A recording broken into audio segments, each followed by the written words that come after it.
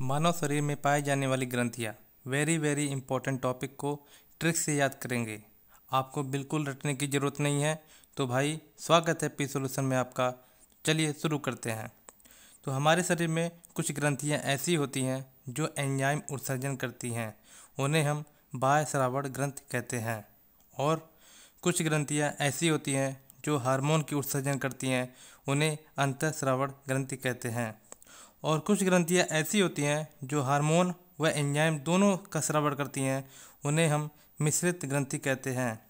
उदाहरण में मिश्रित ग्रंथि का सबसे बढ़िया है अग्न्याशय। जो अग्न्याशय होता है वो मिश्रित ग्रंथियों का सबसे बढ़िया उदाहरण है, क्योंकि ये हार्मोन और एंजाइम्स दोनों का स्रावण करता है। तो दोस्तों, हम याद करेंगे कि कौन सी ग्रंथि शरीर के किस भाग से पाई जाती हैं। तो सबसे पहले हम देखेंगे थैलमस ग्रंथि। थैलमस ग्रंथि मस्तिष्क में पाया जाता है। हाइपोथैलेमस ग्रंथि मस्तिष्क में पाया जाता है। पीनियल ग्रंथि मस्तिष्क में पाया जाता है। पीयूष ग्रंथि मस्तिष्क के नीचे पाया जाता है। पहले हम ये 4 पॉइंट देखेंगे, उसके बाद हम आगे चलेंगे। जो थैलमस ग्रंथि मस्तिष्क में पाया जाता है, तो इसको ट्रिक के कैसे याद करेंगे। थैलमस यानी कि थैला। थैलमस मतलब क्या? थैला। थैला यानी कि जिसका मस्तिष्क अच्छा होगा वह थैले का प्रयोग करेगा, न कि पॉलीथीन की। तो ट्रिक क्या है मेरा? थैले मस यानी कि जिसका मस्तिष्क अच्छा रहेगा वो थैले का प्रयोग करेगा, पॉलीथीन का प्रयोग नहीं करेगा। ठीक है, तो हमारा ये पहला ट्रिक हो गया। अगला है हाइपोथैलेमस ग्रंथि। ये भी कहाँ पाया जाता है? मस्तिष्क में पाया जाता है, यानी कि हाइपोथैलेमस। यहाँ पे भी देखो थैलेमस आ रहा है, यानी हाइपो। हाइपो मतलब क्या करेंगे हम ट्रिक में? हाई क्वालिटी यानी हाई क्वालिटी का थैले का प्रयोग करेंगे, और जिसका मस्तिष्क बहुत बढ़िया रहेगा वो हाई क्वालिटी का थैले का प्रयोग करेगा, ना कि पॉलीथीन का प्रयोग करेगा। ठीक है, तो इस तरीके से हम सारे ग्रंथियों को याद करते हुए चलेंगे ट्रिक के माध्यम से। तो अगला हम देखेंगे क्या मेरा है, पीनियल ग्रंथि। ये भी कहाँ पाया जाता है? मस्तिष्क में पाया जाता है। ठीक है, इसको किस तरह से याद करेंगे? पीनियल। पीनियल पीनियल में क्या अर्थ निकल रहा है? पीने की। जब हम पी लेते हैं, जब पी लेता है कोई भी, तो उसका मस्तिष्क कैसे हो जाता है? घूमने लगता है। क्या होता है? मस्तिष्क घूमने लगता है पीने के बाद।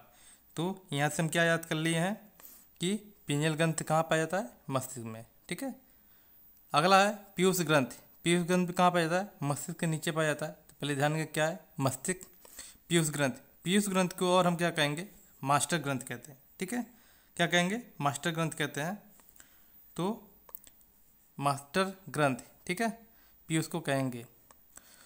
अब हम देखते हैं कि हमारे जो मस्तिष्क होता है वो 3 भागों में होता है। कितने भागों में होता है? 3 भागों में होता है। अग्र मस्तिष्क, मध्य मस्तिष्क, पश्चिम मस्तिष्क। तो हमारे जो थैलमस ग्रंथ, हाइपोथैलेमस ग्रंथ और पिनियल ग्रंथ है, ये कहाँ पाए जाते हैं? ये अग्र मस्तिष्क में पाए जाते हैं।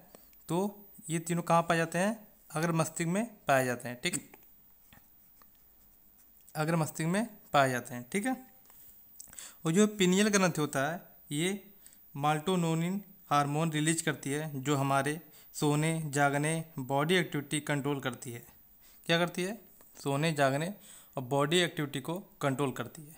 उसी तरीके से पीयूष ग्रंथि जो है वो क्या करता है? ये जो हार्मोन छोड़ता है वो क्या करता है? हमारी बॉडी को विकास और हड्डियों की वृद्धि में कंट्रोल करता है। कौन?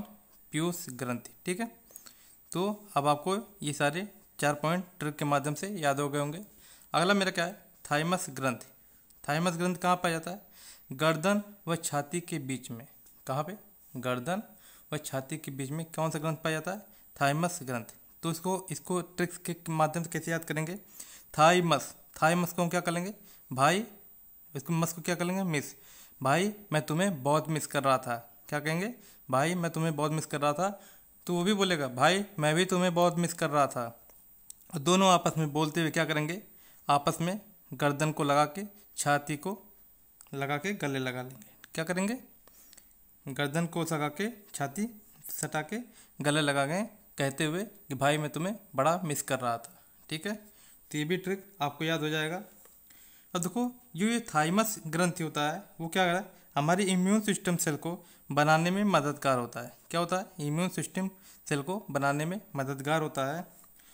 और जो इसमें से जो ये हार्मोन छोड़ता है उस हार्मोन को क्या कहते हैं, थाइमोसिन। क्या कहते हैं, थाइमोसिन कहते हैं ये हार्मोन जो छोड़ता है। ठीक है, और इसी तरह से अगला ग्रंथ पढ़ेंगे थायराइड ग्रंथ, और इसी को क्या कहते हैं, ऑटो ग्रंथ भी कहते हैं। तो थायराइड ग्रंथ आप लोग जानते होंगे, थायराइड ग्रंथ कहाँ पाया जाता है, गले में सांस की नली से जुड़ी हुई होती है और ये हमारे गले में पाया जाता है। ठीक है, जो थायराइड ग्रंथ होता है वो कहाँ पाया जाता है, गले में सांस की नली से जुड़ी हुई होती है और गले में पाया जाता है, वो भी आगे की तरफ। कहाँ पाया जाता है, आगे की तरफ। ठीक है, और जो थायराइड होता है वो आयोडीन की कमी से इसमें घेघा रोग लग जाता है। किसकी कमी से, आयोडीन की कमी से घेघा रोग हो जाता है। ठीक है, घेघा रोग हो जाता है। तो यहाँ पे किसकी कमी नहीं होनी चाहिए, आयोडीन की कमी नहीं होनी चाहिए, इसलिए क्या कहते हैं, अच्छा नमक खाना चाहिए। अगला मेरा क्या है, पैराथायराइड ग्रंथि, और इसी को और क्या कहते हैं, ऑटो ग्रंथ भी कहते हैं। ये कहाँ पाया जाता है, ये गले में थायराइड ग्रंथ के ठीक पीछे पाया जाता है। अभी मैंने इसको बताया हूँ कि जो थायराइड ग्रंथ होता है कहाँ पाया जाता है, गले में ठीक आगे पाया जाता है, और ये पैराथायराइड कहाँ पाया जाता है, वो गले के थायराइड ग्रंथ के ठीक पीछे पाया जाता है। ठीक है, इसको एक तरह से भाई बहन के कहा जाता है कि भाई बहन है। तो जो पैराथायराइड है वो कहाँ पाया जाता है, थायराइड ग्रंथ के ठीक पीछे पाया जाता है। ठीक है, और जो ये पैराथायराइड है वो जो हार्मोन रिलीज करता है वो हमारे शरीर में कैल्शियम की कमी को पूर्ति करता है। किसकी पूर्ति करता है, कैल्शियम की कमी को पूर्ति करता है। ठीक है, अब अगला हमारा आग्नेयाशय। आग्नेयाशय कहाँ होता पाया जाता है, आग्नेयाशय ग्रंथ पेट के ठीक नीचे पाया जाता है। ठीक है, और आग्नेयाशय क्या है, वो अलग अलग इसमें कोशिका पाया जाता है, अलग अलग कोशिका पाया जाता है, जैसे अल्फा कोशिका, बीटा कोशिका, गामा कोशिका। ठीक है, तो जो मेरा बीटा कोशिका होता है, वो क्या करता है, वो इंसुलिन नामक हार्मोन रिलीज करता है। कौन सा हार्मोन रिलीज करता है, इंसुलिन नामक हार्मोन रिलीज करता है। और इसकी कमी से क्या हो जाता है, मधुमेह की रोग हो जाता है, मधुमेह का रोग हो जाता है। तो हम यहाँ पे दोस्तों देखें कि सारे ग्रंथियों को बारी बारी से ट्रिक के माध्यम से याद करते गए। तो दोस्तों हमारे शरीर में जितनी भी महत्वपूर्ण ग्रंथियाँ थी हम उन्हें यहाँ पे कवर कर लिए हैं, और उसकी जहाँ पे स्थित थी मैंने उसकी स्थिति को भी पढ़ा, और आगे कौन से ग्रंथि क्या क्या हार्मोन रिलीज करते हैं इसके आगे हम नए ट्रिक के साथ आएंगे। तो आप हमारे वीडियो को लाइक करें, शेयर करें, और हमारे चैनल पे नए हैं तो हमारे चैनल को सब्सक्राइब करें।